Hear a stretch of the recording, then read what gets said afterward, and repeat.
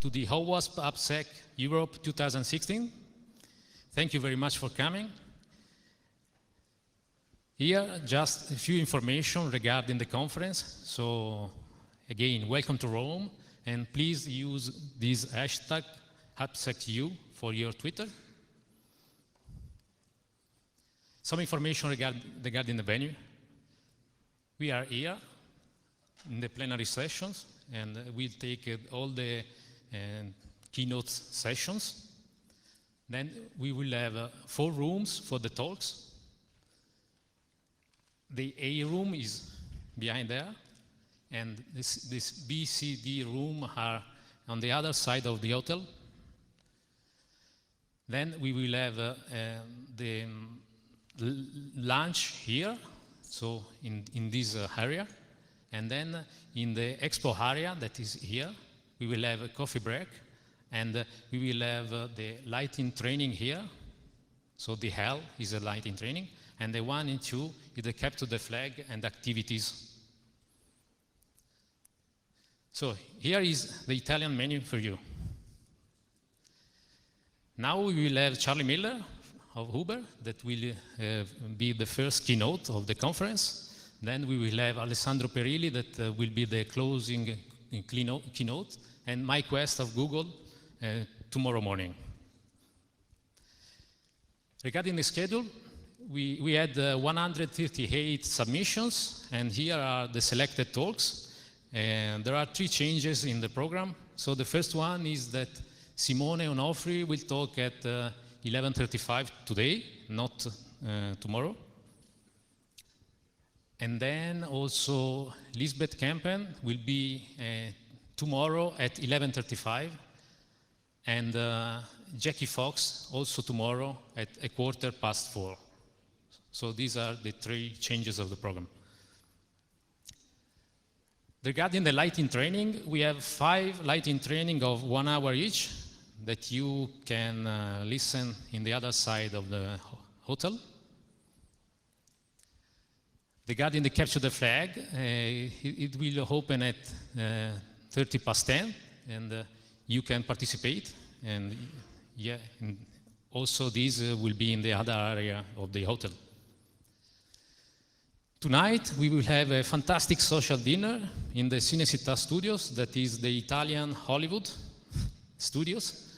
So buses will wait you at 7 p.m. outside the conference. So turn left and you will see 8 buses that will wait for you. And we will go to the Cinecittà Studios to take a fantastic dinner. And then at 10:45 p.m. we will leave Cinecittà and we'll return here. Regarding the expo area, we have also the OWASP store. So there you can find t-shirts, bags, mugs, and so on. And you can have a lovely souvenir. So Bart. So, good morning everybody. Our sponsors, important message. So, this conference wouldn't have been possible without our sponsors. So, please, they're all listed here. Pay them due respect, and they have a lot of booths outside. Visit those booths, please, and go talk to them. We have a passport program, so you all have a card in your bag. Whenever you visit the booth of the sponsor, you will get a stamp, and if your entire card is filled, you can give us the card back, and we will pick a card of those to get a prize. The prize is still a surprise. We're not going to announce what it is, but it will be worth it. So please pay respect to these sponsors. We need them to have these conferences. So we all have received these lanyards and badges. Please wear your badges. It's important for the rest of us to know who you are, and also that we can see who is taking dinner and lunch and these kind of things. So please always wear your badges. And I think that's about it for the practical arrangements, practical information. And so without further ado, I would like to introduce Charlie Miller. For those of you who wouldn't know him, he's one of the very few high-impact hackers on the planet that continues to deliver a lot of very important vulnerabilities out there. Who finds out these important vulnerabilities. He's probably most known for his work on Apple hacks, where he was able to find vulnerabilities in different number of Apple devices, as well as the car hacking that it hit over the past few years. I remember seeing pictures of cars ending up in ditches because of those experiments. He actually received a number of 4, I guess, if that's correct, Pwn2Own awards for all of his great work in that. He has a PhD in mathematics and has been working for companies like NSA and Twitter. Recently moved to Uber about a year ago, where he's the principal security engineer. Too bad for all of us. So it will be much more harder to find something in there. And he will be talking today about some of the very neat vulnerabilities that he has found and the way he discovered them and what's the impact of these vulnerabilities. So please all give a warm applause to Charlie and let's welcome him.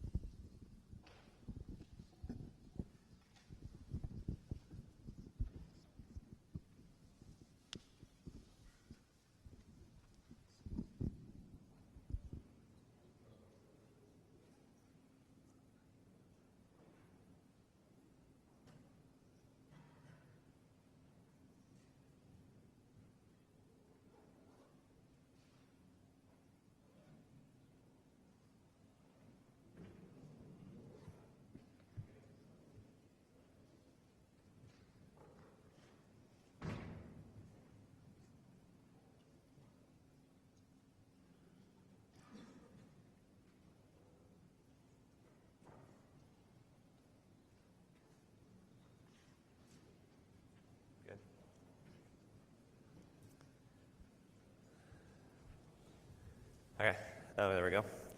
So thanks for the introduction. Thanks for having me. I'm happy to be here. Yeah, so I'm going to talk to you about, I've been basically a bug hunter, someone who finds bugs for my whole career, which has been too long. And I just want to tell you sort of what motivates me, like why I look for the bugs I look for, some of my favorite bugs, and that sort of thing. So without further ado, I'll jump into this. So this is more about me. I think it was covered in the introduction. Yeah, my whole career I've kind of been moving towards things that are easy. So I don't want to spend time working on hard problems. So I worked against Apple for a while, and back in so long ago that people said that you couldn't have vulnerabilities or viruses or anything on Macs, and of course they were wrong. So I worked on that for a while, and then they got good or better.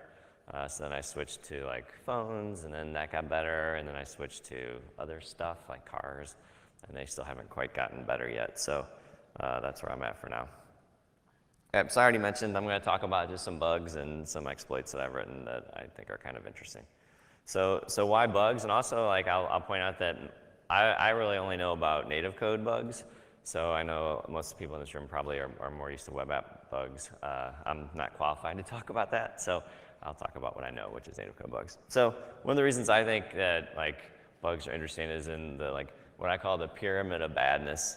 Bugs are kind of the bottom, right? So without vulnerabilities, you can't really write exploits, and without exploits, you don't, or there's other ways you can get code onto machines, but the way that I think is the most interesting is through exploitation.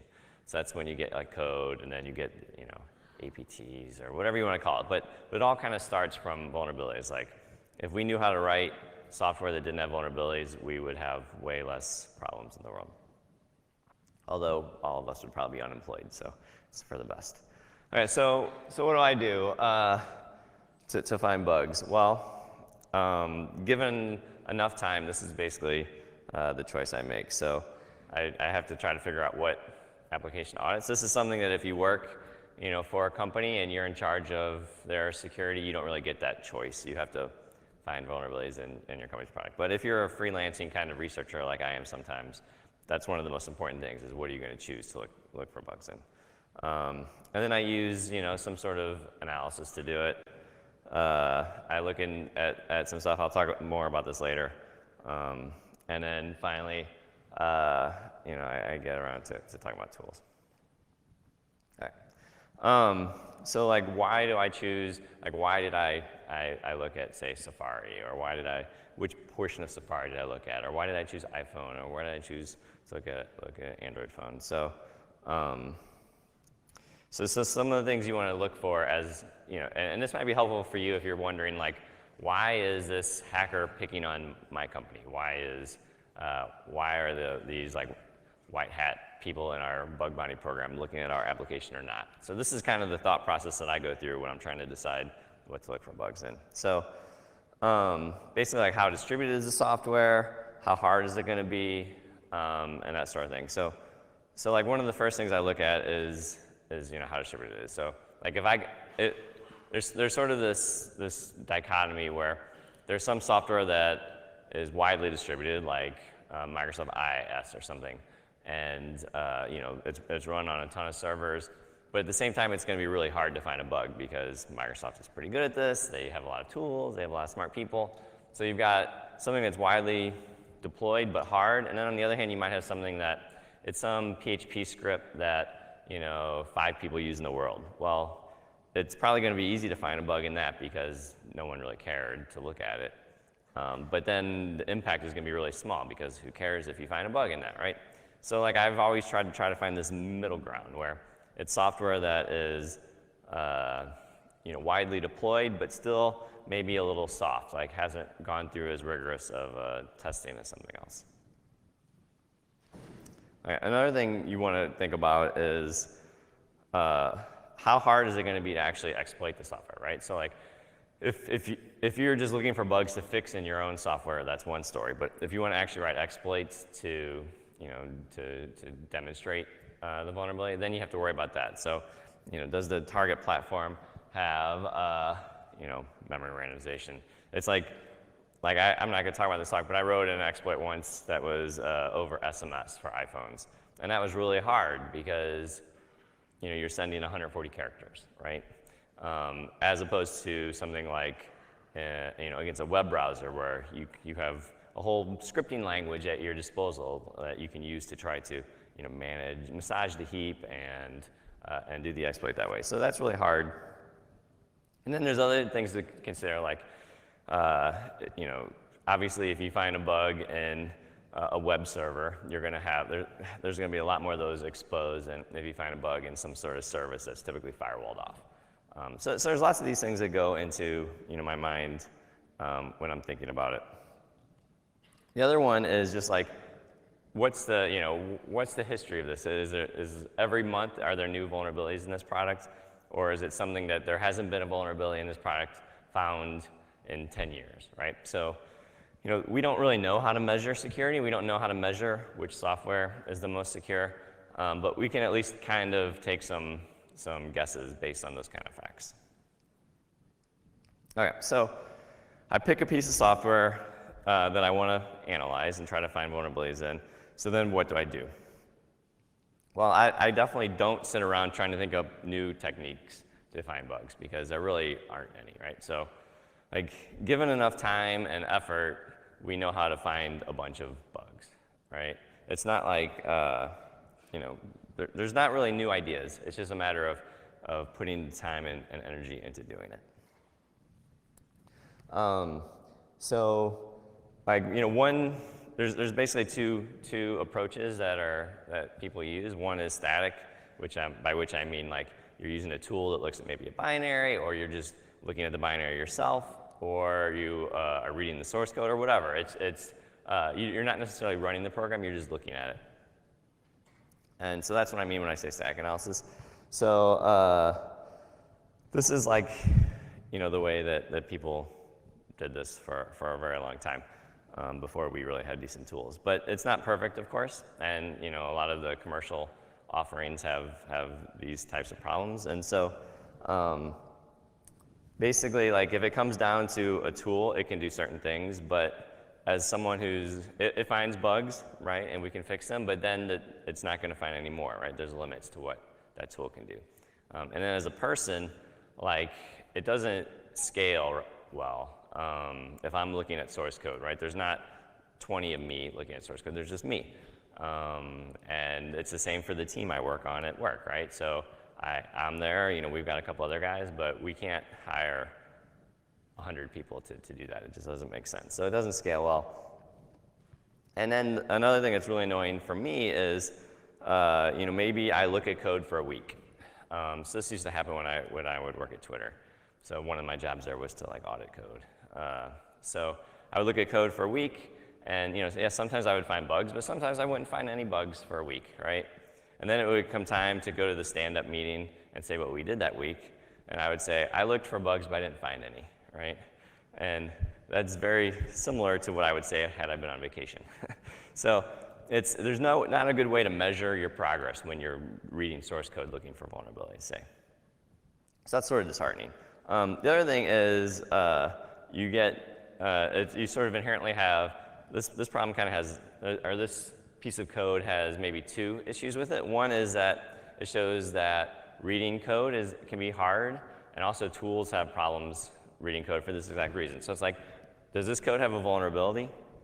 I don't know. Like, you know, there's this like sort of suspicious string copying to a fixed length buffer, which is probably bad, but maybe not, right? It's only bad if you ever call that function with more than 16 bytes of data. Maybe you never do that. Maybe that function never even gets called, right? So like, yes, you know, this looks bad, and if you've ever been on the receiving side of a bug bounty program, you'll get tons of reports that look, you know, like this, right? It's like, this looks bad. It's like, okay, well, show me how it's bad, right? Show me an example input that gets it to be bad, and then they don't know. So anyway, so this is one of the hard things about static analysis is you really need to have a global picture of how the entire piece of software works, but as a human or as a tool, you're kind of restricted to looking at small little bits at a time, and so it's hard to see how it all fits together. One classic example that I really like that shows why static analysis is really hard and why we have a long way to go is this piece of code. So this is from Apache, which is, as you know, a web server that has been around for a long time, and it's been like a personal project of mine to find bugs in it.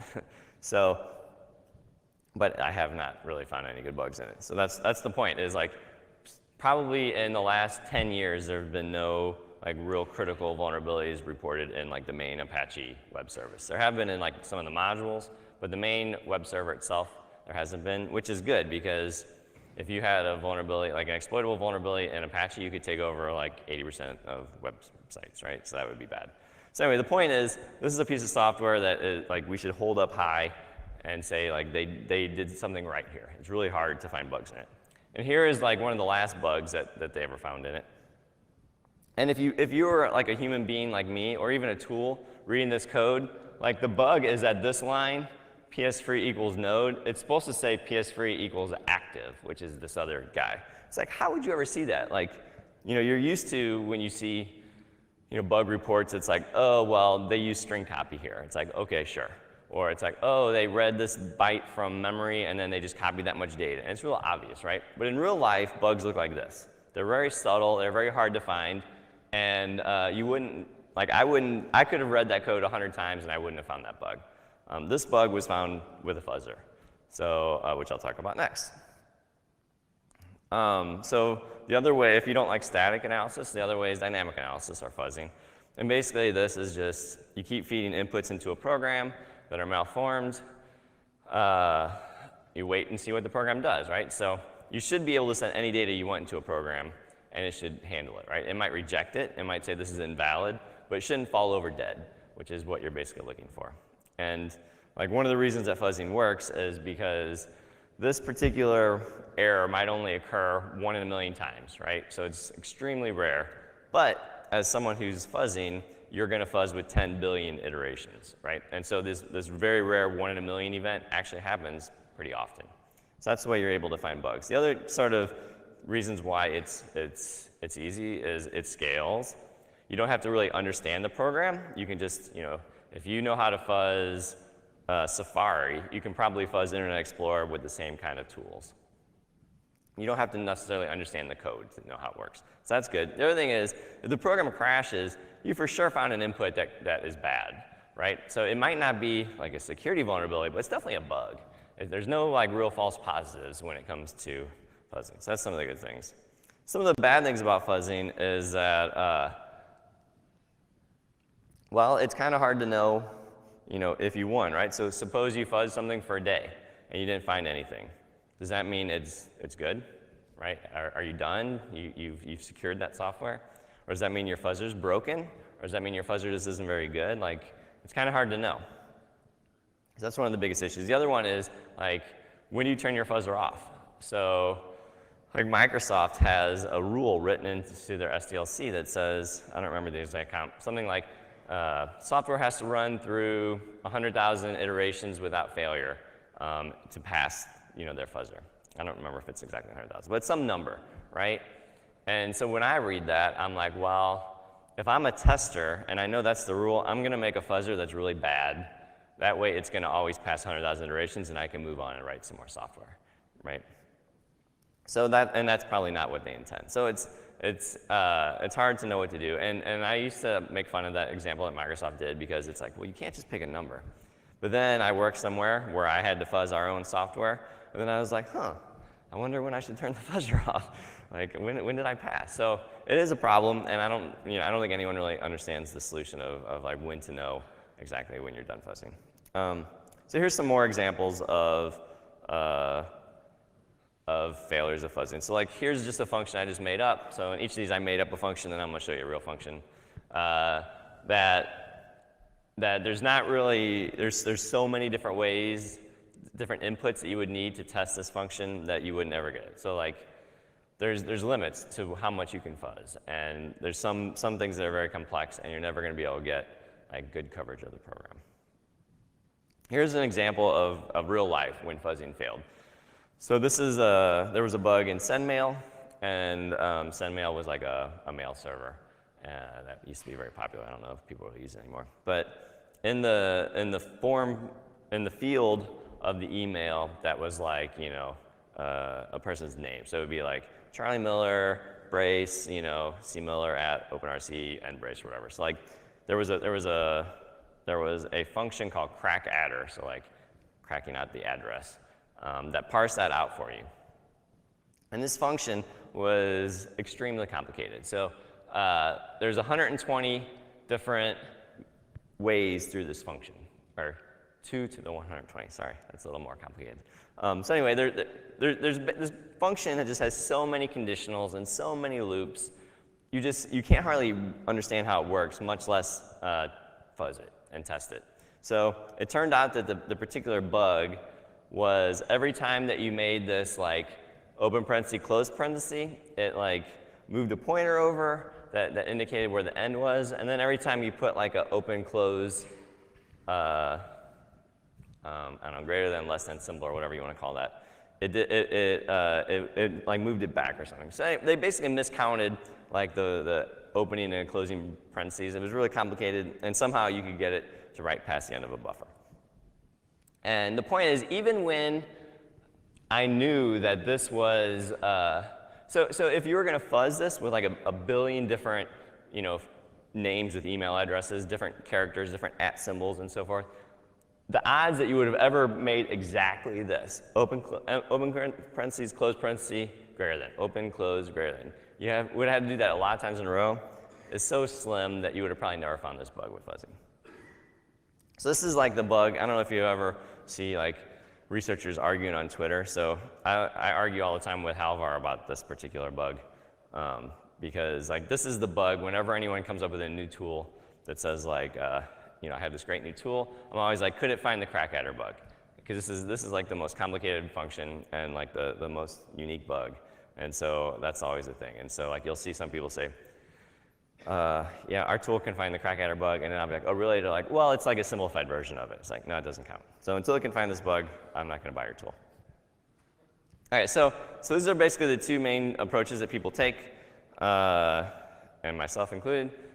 static and dynamic. And then what I do, given enough time, is basically some sort of combination of these two things. So I will start by fuzzing the program. I will look to see like where, I'll look at the code coverage of those tests to see which code I've covered. And then I will see what code did I not cover. And then I'll start to more closely look at that code statically. And then I'll try to think of ways to make my test cases cover that code. And I'll just keep iterating on that until I understand sort of the more obscure parts of the code, which is normally where like the bugs find. So there's lots of reasons why this is a good idea. Mostly because it gets you, like you can't measure where the bugs are, right? If I knew where the bugs were in the software, I'd be done. I wouldn't have to look for it. So I guess what it does let you do is it helps you find the parts of the code that no one really understands very well. And that's where you'll likely find some of the bugs. So I'll tell you about a little case study where I used this technique and found a vulnerability. So this is in Safari. So it's a web browser. If you've ever looked at the source code for WebKit, which is their, at least it was, I don't know if it even is anymore, their JavaScript parser. So it's like big, right? It's hard to know like where to start looking in this huge pile of code for the vulnerabilities. And so basically what I did was I was like, well, how do the people who run, I mean, this is one of the advantages of like open source software is you can see the people who are developing the code and testing it and what they do. And so I was like, well, how do they test the code, right? And so I found this place on their website where they said, yeah, this is the way we have this test suite for WebKit, and before you introduce code to us, you should run this test suite. So I was like, okay, I'll run their test suite and see what happens. So I set up the web browser to record code coverage. I ran their test suite, and I saw what happened. And what happened was that the test suite covered like 60% of the code. That's pretty good, right? But what was important was it didn't cover the code uniformly. So this is like a little tool I wrote to try to like help find what code had been covered or not. So you can kind of look and see the directories here that some of the code was covered a lot more than other code. In particular, so there was, so the main engine had been covered by 80% of the code, but there was this one little part of the code called PCRE, which is their regular expression, the code that handles regular expressions, and it was only covered 52%. So like, that was a clue to me. I was like, well, they've tested the main engine very well, but they haven't tested this little sub bit of code very well. So I'm going to focus there. So this is just a way of showing how, how do you find the parts in the code that are possibly weaker than other parts? So I wrote a regular expression fuzzer, and I just started sending it through the browser to see if it would crash. And you can see that, like, if you've ever written regular expressions, they're really complicated. And if you ever write a fuzzer for regular expressions, it's really complicated. And you end up with these very complicated regular expressions. And this is the kinds of things I was seeing whether it can handle. And I ran this fuzzer for, I don't remember, days, and no crashes at all. So I was like, I guess my approach didn't work. But it turns out I looked more closely at the logs, and I started to see these lines, and it was saying things like internal error code overflow. I was like, well, I like the word overflow, so maybe this is something important. It didn't crash, but it's reporting some kind of overflow. So I wanted to look more closely and see those particular ones, what happened. And I ran it through something called Purify, which is kind of like Valgrind or any of these other tools, Electric Fence, that you can use to help you figure out whether there's memory problems in your program. And sure enough, when I ran one of these ones that was given this code overflow, there really was a buffer overflow. I don't know if you can read the output of that tool, but this is a tool that tells you exactly where the overflow happens, exactly where the memory is allocated, and so forth. And so I had found overflows in this PCRE library. So the next question I always ask is, well, can you exploit it? And yes, you can. Of course, I probably wouldn't be talking about it. I'll get to that in like 10 minutes if you can hold on. So let me talk about some more bugs I found. So I was a consultant for maybe 7 years, a long time. So I've worked for many companies looking at, my job was basically, I would sit at home, my boss would hand me a big zip file full of source or something, and I would just start reading it and finding bugs, right? I did that for a really long time, and I found some pretty interesting bugs doing that. Some that are like really embarrassing, some that are like kind of cool. But anyway, I'll just give you a few. This is like one particular program that I looked at that I found all these bugs in. But I won't tell you whose program it was because that would be bad. But I've anonymized it a bit so that if you wrote this code, you won't be embarrassed. Anyway, so here's it was a little native code server that you would like log into. I don't even remember what its purpose was, but you would log in and you would like, change some settings or get some files or something. I don't remember what the deal is. But anyway, here's some code that handled the username. So if you look for a second, I'll give you a second to look at this, see if you can figure out what the bug is. So the bug is like, well, the comparison here is a str_n copy, and the length of the comparison is user_len. But user_len is the length of the thing that the user gave you, right? So that means that, like, suppose the user's name was Charlie, but you entered the username of char, right? So then the length of the comparison is only 4, and so that would actually match up with Charlie, right? So I wouldn't necessarily have to know the username to get it to pass. If you take that to its logical extreme, like what if I just put in C for my username? Well, that would still match Charlie. And then instead of trying 26 characters, what if I'd put in like a string with 0 length as my username? That's going to match the very first user that it finds, and that really worked in this program. And the very first user was the one that was like, the administrative user. So for my username, I just say I just hit return basically, and it accepts me as the name of the administrative user. So that's cool. That's the username, but I still need to know their password, right? So here's the code that handled the password. And you guys being experts in web application security, I'm sure you can spot the vulnerability here rather quickly. So the vulnerability here is it's a SQL injection. So if you give this string as the password, then it passes. So now I know I don't need to know the username, I don't need to know the password, and I can log in as the administrator. So that's kind of bad. And then in case that wasn't enough, like that only lets you log in and do things that you could do when you're logging in. There's actually a bug that would let you take control of the whole program and run arbitrary code. So here is a line, and this is all just in the authentication code, which it was not very much code. So this is, by the way, as a consultant, I love this, right? So I get some code, I find like 2 or 3 bugs in the first 5 minutes, and then I can just kick back for like a week because like the pressure's off. I basically have fulfilled my assignment as a consultant. The worst is when you get code and you have a week to do it, and you're looking, you can hardly find anything, and it's like you spend 6 hours the first day, 8 hours the second day, 10 hours the third day, like 16 hours the fourth day until you finally find something. So anyway, these are the good ones. So the vulnerability here, if you haven't figured out, is if you pass, it's a format string bug.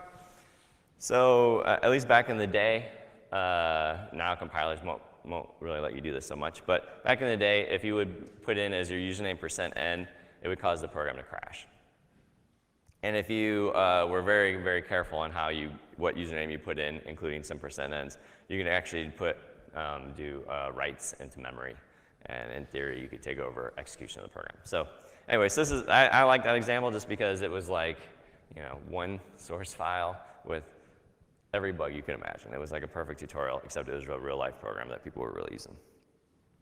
All right, so I like to talk all about the bugs I find, and that makes me feel really good and stuff. But the truth is that I'm not perfect, and I miss bugs all the time. So here is one that I still have nightmares about. So I was hired by a company who, I won't tell you which one, to review some code that was in some Samsung phones, and I missed it, right? And then like a few weeks later, this news story comes out that is, you get to, basically here's what the bug was. So there was, I don't remember exactly what it was, there was like a character device or something. There was something at the kernel level that would allow you to just essentially read and write to kernel memory.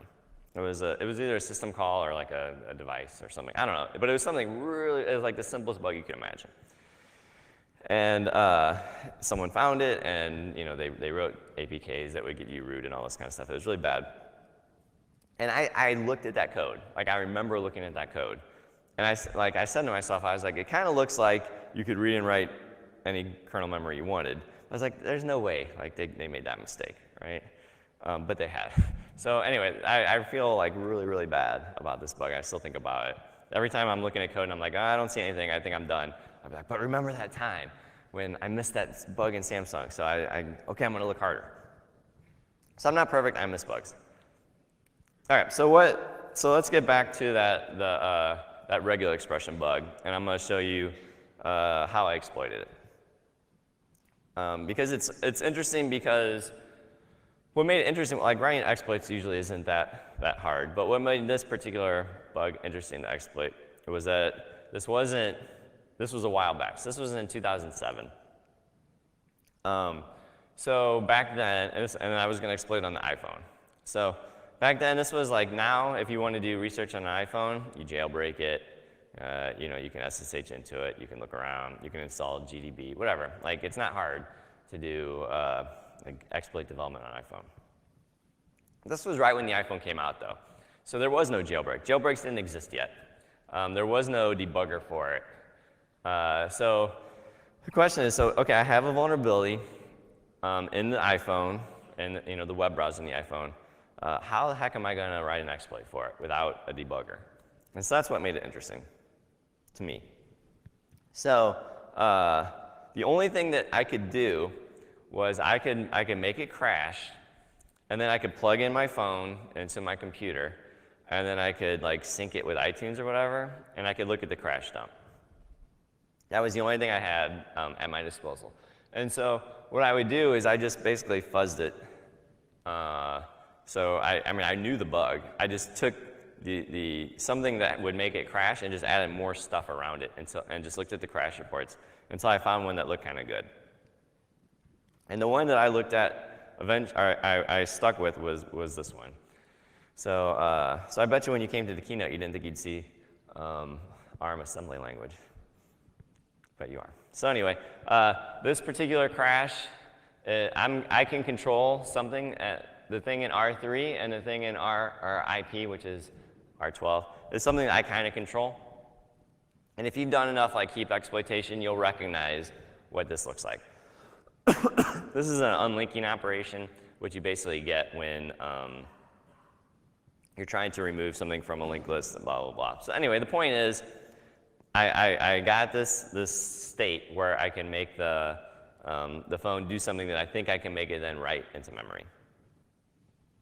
So there's some work to do, right? So those things in R3 and R12, I think I said, I kind of controlled them, but not exactly. So the first thing was to get them completely controlled. So now I have complete control over R3 and our IP, they call it. And that was just a matter of finding a regular expression, changing the regular expression to where it had whatever I wanted in it. So at that point, then, I can write 4 bytes anywhere. But again, I don't have a debugger. I don't know what to write. It's still kind of difficult.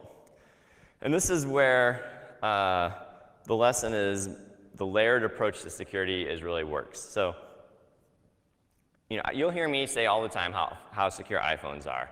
And, you know, I have an iPhone in my pocket right now. It's probably the most secure consumer device that any of us have. But this isn't the same iPhone. So back when iPhone first came out, it didn't have any like security built in at all. This is just the HTML. If you would take an original iPhone and hit this, your phone would crash. But how do I take that and make it into actually getting control of the code? Okay, well what I did was, I was like, okay, I'll just start writing. Like, I can tell what the stack is. I don't know what's on the stack. I just know where it is. I'll just start writing different spots on the stack and see what happens.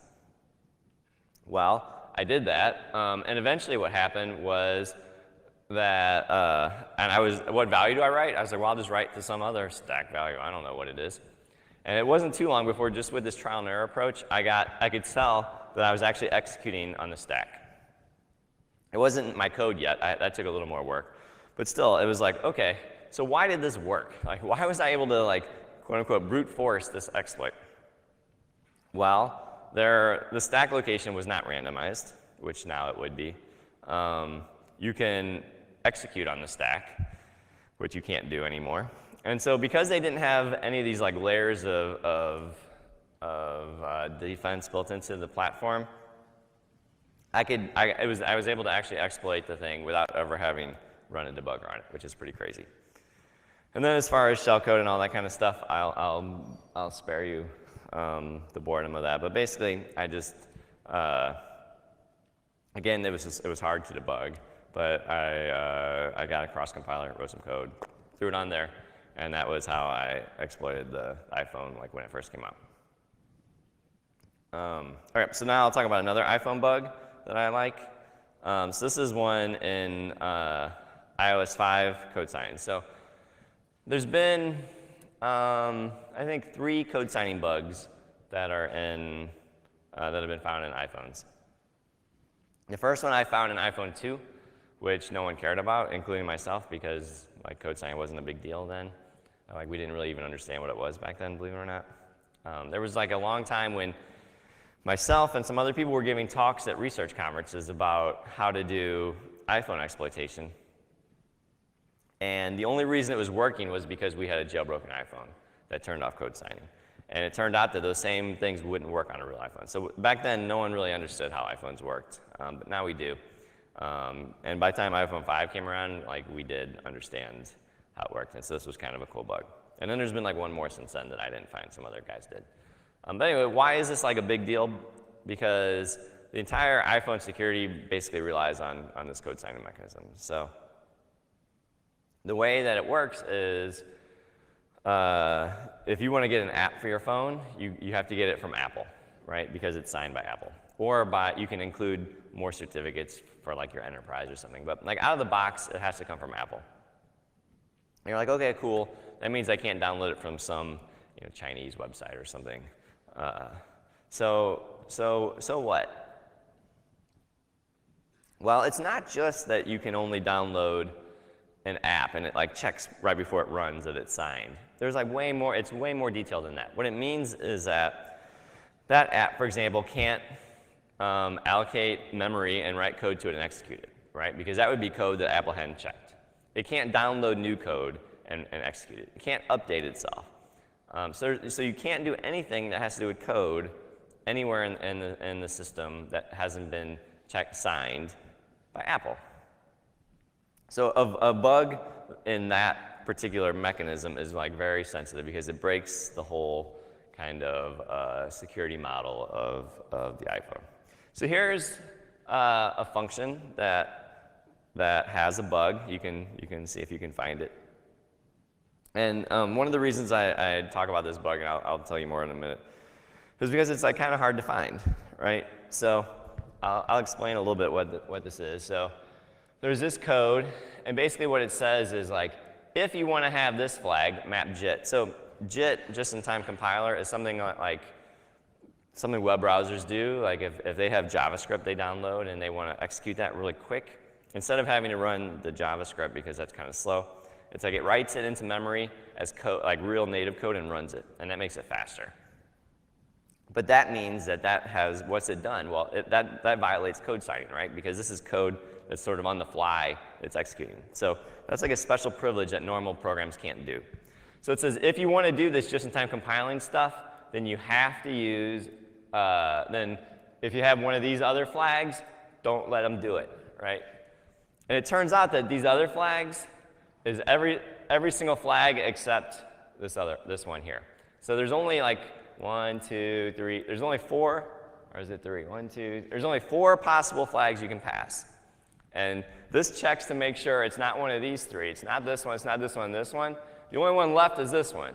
And so down here it checks to make sure that you're allowed to do this operation. Okay, so what's the bug then, right?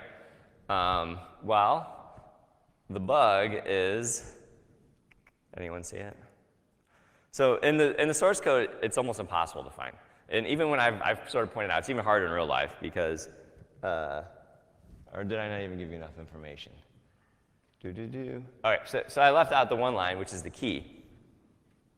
Now it's there. So what happens, so I found this bug by looking at the binary. And the binary of this bug is pretty obvious. But in the source code, like when I went and then found the source code later for this, I was like, oh, look, they fixed it. Because it's so hard to find. I knew the bug was there, and I didn't see it. So the bug is that they defined this constant to be 0. They could have defined it to be anything. It was just like an enumerable, right? They just defined it. One was 0, one's 1, one's 2, one's 3, whatever.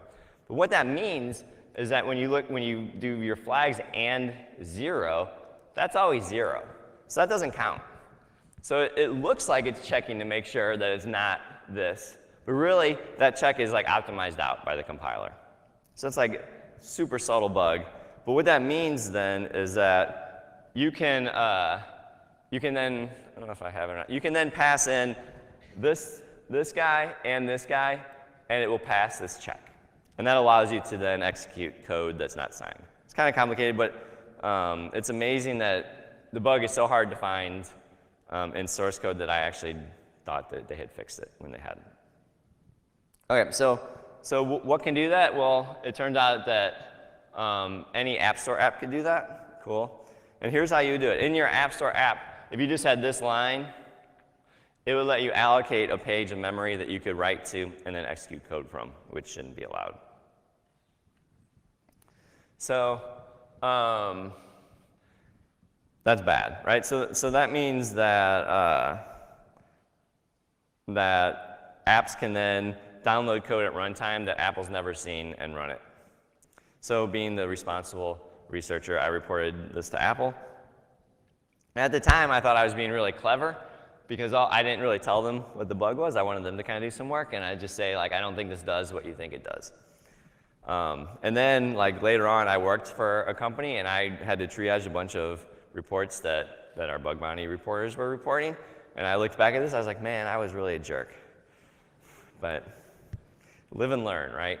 But anyway, I thought it was funny, and to their credit, they did find that bug that I reported, even though I didn't report it very well.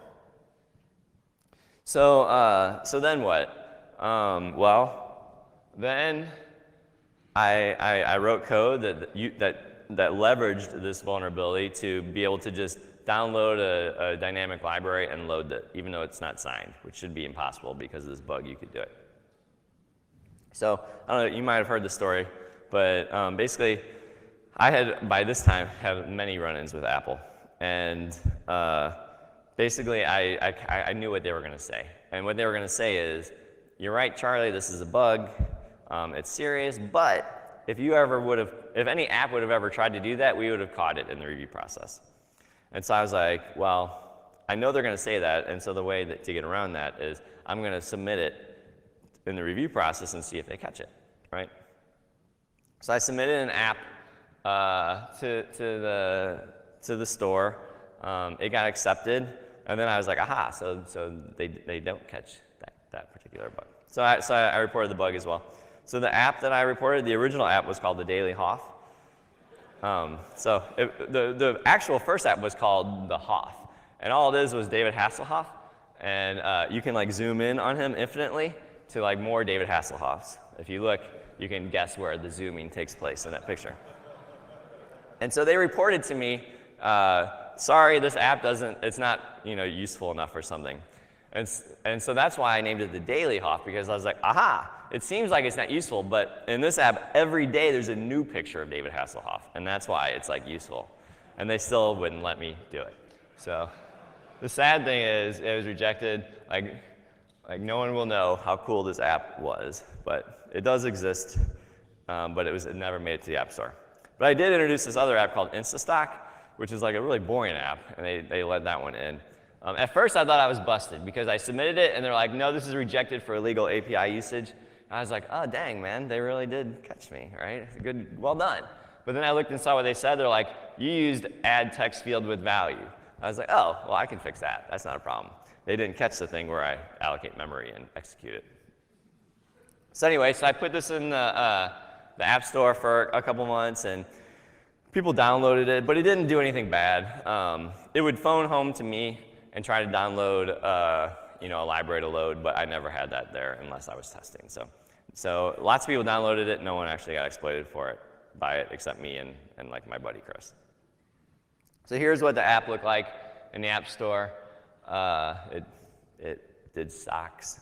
I don't know. It wasn't very complicated, but the short story is that I was out for a run, and I came home, and my wife was. So I had done an interview with like Wired magazine or something about this particular app and the problem with code signing and all this kind of stuff.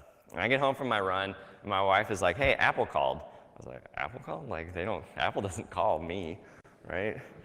And so I called them back, and they're like, "Oh, so they had apparently read the article, and then they found out about the app, and then they got really mad, and they were like, hey, yeah, we're removing your app from the App Store." I was like, "Okay," and they're like, "Don't you want to know why?" I was like, I think I know why. So anyway, they removed the app, and they were really mad about it, but in my defense, like I found this like super subtle bug that really like destroyed their entire security of their platform, and I did that, and yeah, I had a little more fun. But anyway, we're all friends now. So what do I want you to take away from this? Basically, it's hard to find vulnerabilities. If we knew how to do that, we would be better, but we don't know how. So anyway, it's hard. I found some. Don't mess with Apple. They'll kick you out of their developer program. And that's it. So thank you.